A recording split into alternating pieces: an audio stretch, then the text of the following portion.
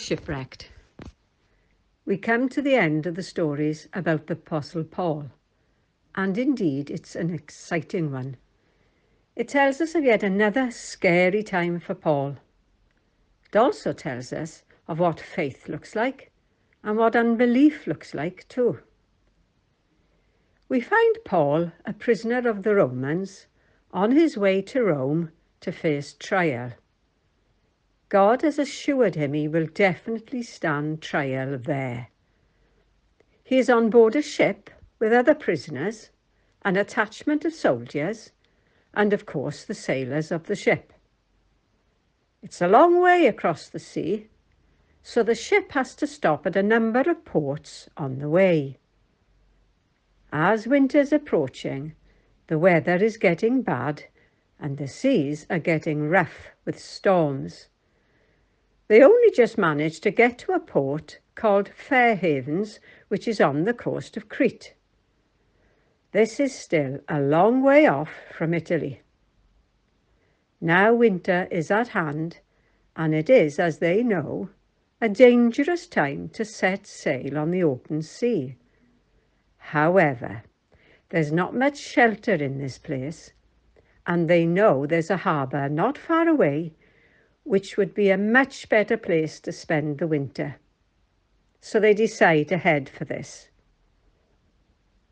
Paul knows that this is much too dangerous. He warns the sea captain that's too risky and they'd better stay where they are.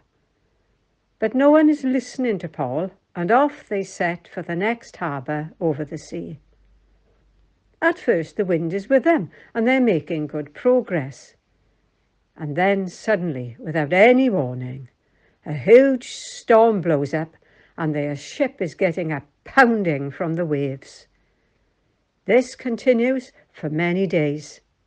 The ship is in danger of sinking. They have to tie ropes around it to stop it breaking up. Then they have to throw all the cargo overboard. The men are so scared that they don't eat anything all this time. The Bible tells us this is 14 days. One night an angel appears to Paul to tell him that he will indeed arrive safely in Rome. Not only that, God has graciously promised that all the men on board will be saved too, as long as they stay together. Paul meets with all of them to tell them this good news and encourages them to eat, because they'll need their strength. The sailors, however, are not impressed. So when they at last see land not far away, they begin to lower the lifeboat to escape. Paul tells the Roman captain that unless the sailors stay on board, everyone will lose their lives. They must trust God. The captain trusts, and the soldiers cut the ropes of the empty lifeboat and let it drop into the sea. Very soon the ship runs aground, quite some distance from the shore. The soldiers will be held responsible for the prisoners, so they want to kill them to avoid trouble. But the Roman captain forbids this. He wants to save Paul's life. Paul tells the men who can swim to head for the shore. Those who can't can grab any floating pieces of the broken ship to keep him from drowning.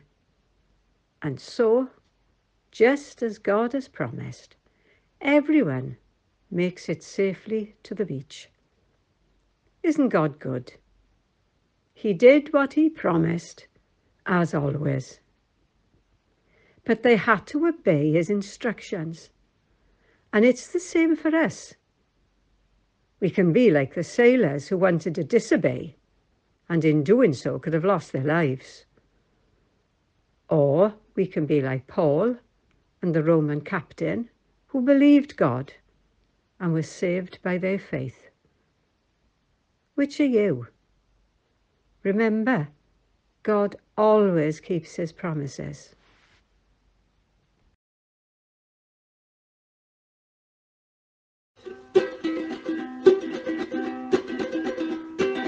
We believe in Hebrews 13:8. Jesus Christ is never out of date.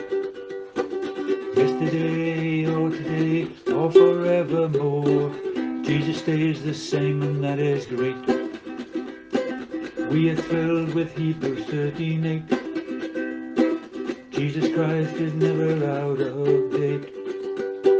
Yesterday or today or forevermore, Jesus stays the same, and that is great.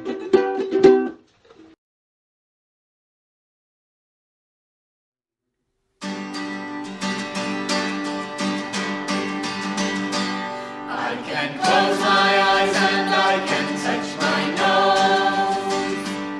I can roll my tongue and I can touch my toes. Why did I turn up this way? I am not afraid to say I'm amazed.